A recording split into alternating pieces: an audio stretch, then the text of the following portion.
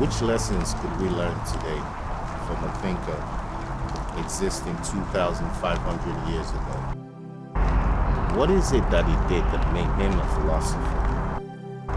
Why weren't people being called philosophers then? Why did he have to come in history for the word philosophy to be introduced? And what made him stand out? Join me today in understanding philosophy as we take a trip down antiquity, understanding what it requires to become a philosopher. Please subscribe to Understanding Philosophy if you've not already subscribed. Like and share the channels. Just know every week we'll be dropping something new and exciting.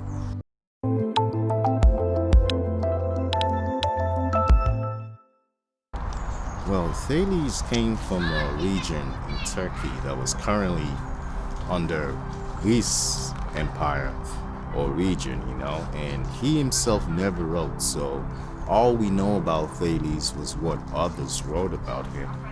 But one thing we do know, that he was considered one of the 7 wisest men ever to have lived.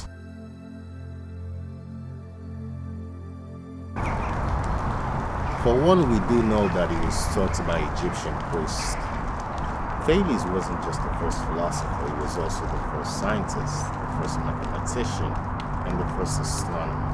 He predicted an eclipse that came true. He also came up with a mathematical theorem that we still use till this day. He wanted to understand the world we live in today relatively to the world that the gods inhabit. At an earlier age, he traveled intensively to Egypt and other neighboring cities and learned 2 very strange and foreign subjects like astronomy and mathematics, which were quite alien to a lot of people in these times. Most of the writings and books that could be found in Egypt, Babylon, and around in those times were mostly spiritual texts. Thales went on a quest to separate the fiction from the reality. He set about separating mythology from facts and proving to everyone that it was not the gods in heaven that's responsible for their activities here on earth. He wanted to draw a fine line between the world of the gods and the world in which we live in. He thought that the world in which we live in today could be understood based upon our intellect, and the world of the gods should be separated from that world. And the way he did it was by making a lot of money from buying all these olive presses when he saw a lot of rain, knowing that a lot of rain equates to a good harvest, which usually a good harvest should mean a happy God that receives a lot of your offerings. The story goes that there was a season when there was a lot of rainfall, and as a geographer, it predicted that such rainfall would only mean a good harvest. So he went around the city and invested a lot of money, all the olive presses he could find. Later on that year, when the harvest came, he only sat back and cashed in as everyone came and rented these equipments for him. And that way he was able to become very rich. And when they asked him, he told them he never needed the money. He just wanted to show people, 1, how easy it is to become rich, and 2, that it's not the gods that is responsible for a good harvest. He said people didn't need to give money or offerings to the harvest gods, but to understand geography and understand the way this world works and be able to predict whenever a good harvest will come. Because a lot of people wanted to be rich, they listened to his ideas and tried emulating them, so in turn they themselves could make a fortune. Thales stood out in history because he wanted to separate fiction from facts. He thought outside the box, rather than just accept most of the ideas and teachings that were going around that the gods were responsible for most of the occurrence occurring in this world. But he went out in the pursuits to understand the world that we live in today, asking the fundamental question, what is this world made of? This world, not the world of the gods, or where the gods stay, or heaven, or where we go when we die. But right here on earth, right now, here, what is this world made of? What is the fundamental building blocks of this world? And that question that he asked or tried to answer, we've been trying to answer that question till this very day. We got in Switzerland, the atom collider smashing atoms together, trying to understand the fundamental building blocks of the universe. That's the same quest Thales started, and he literally started that scientific quest just by asking the right questions. What is this world made of? This was the step towards a scientific approach, a way of observing the world, drawing conclusions from gathering evidence, and coming up with theories to predict future occurring events. And one of the greatest mistakes he made in his time that he never knew. Thales is thought to have believed that everything is made out of water. In his pursuit to find out what the world was made of, he thought water was the building blocks of everything. I mean, looking around him, he was in an island and he saw water everywhere. It was only natural that he thought, you know what? Everything is made of water. He knows water survives in the solid state, it survives in the liquid state, and it survives in the gaseous state. And it's got motion, and everything needs water to be alive. A human being can go weeks without food, but it could not go past 3 days without water. So that importance of water, for him, he thought it comprised of every life form.